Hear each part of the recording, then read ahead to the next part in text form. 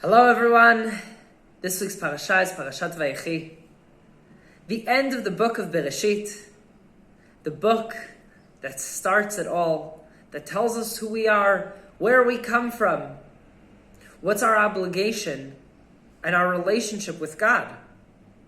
Next week we're going to start the book of Shemot, where we are told about being slaves in Egypt and leaving Egypt. And after leaving Egypt, receiving the Torah at Mount Sinai. But before that, what is our obligation towards God? What is our relationship with God? Avram, Yitzchak, Yaakov, that relationship. So the whole book is a book of stories. And it finishes with the story of Yaakov sitting around with his children, grandchildren.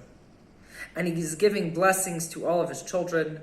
Some of the children, it's not exactly blessings, more of words of encouragement or watch out, this is your personality. If you don't be careful about this, it may get the best of you. And afterwards, he passes on. And the brothers take him back to Israel to bury him there. It's very important for him to be buried in Ma'arat HaMachpelah, the place where he's meant to be buried. Where Yitzchak and Rivka are buried, his father and mother. Where Avram and Sarah, his grandparents, are buried. And where Adam and Chava were buried, which is why Abraham wanted this plot. The smell of Gan Eden is in there. And when they come to the entrance of the gate, the entrance of Me'arat HaMachpelah, standing there is Esav, Yaakov's brother, says, I'm the oldest. This is my birthright. This is my burial place. You may not bury him over here. Find somewhere else. The brothers look at him and say, Uncle Esav, you sold your Bechorah. You sold the right to be the firstborn to our father. Therefore, when you sold it to him, part of the things that go with it was the blessing and the right to be buried over here. And Esav looks and says, I did not such thing. If you have a paper to prove it, prove it. Now there was a contract between Yaakov and Esav.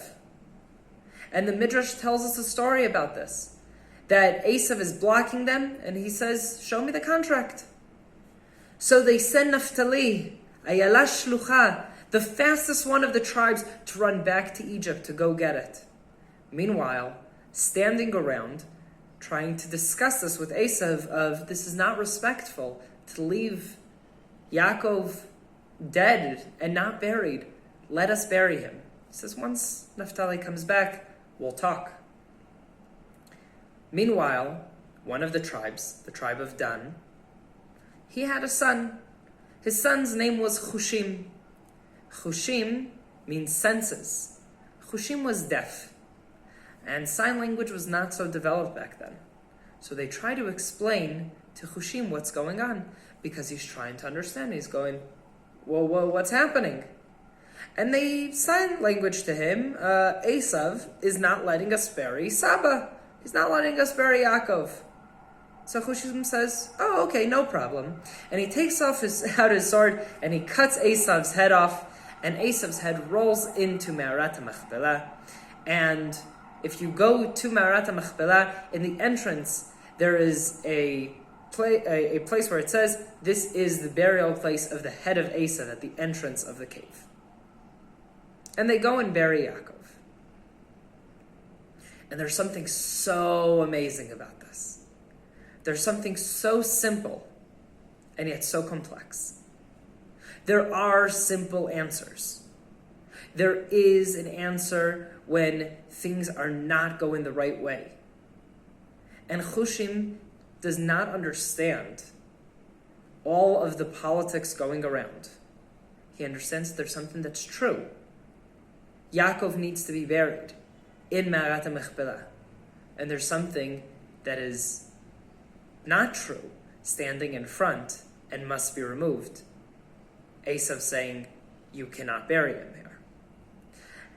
And Chushim gets up and does this action that none of the other brothers, none of the other kids or grandchildren get up and do. Often, when we're approached about who we are, sometimes we'll shy away or not say our identity for whatever reason. Sometimes we're put in conflict of what's right and what's wrong. But there are things by the Torah that are objectively right, that we should do, and we should stand up and be proud of who we are. We stand up and we say, this is who I am. Hushim gets up and says, there's an objective truth here. And he gets up and he does what needs to be done. We stand up and we say, I am Jewish. I am proud of who I am. This is a mitzvah that I keep because the Torah tells me to do it, and I am not embarrassed. Often when I go and a woman comes and puts her hand out, and I'll say, I'm sorry, I don't touch other women that aren't my wife. And people say, oh, but shouldn't you just be accommodating? I say, I am, in every way that I could. And I try to be accommodating wherever I could, without compromising who I am. I don't compromise my Shabbat. I don't compromise my kashrut. I don't compromise when I believe that something is real. That is what it means to be a Jew for me. Stand up straight. Be proud of who you are. Learn. Discover who you are. And then be proud of it. And say, I'm not going to compromise it. I'm going to be the real me. I'm going to be to live my life properly without compromising it. Shabbat Shalom.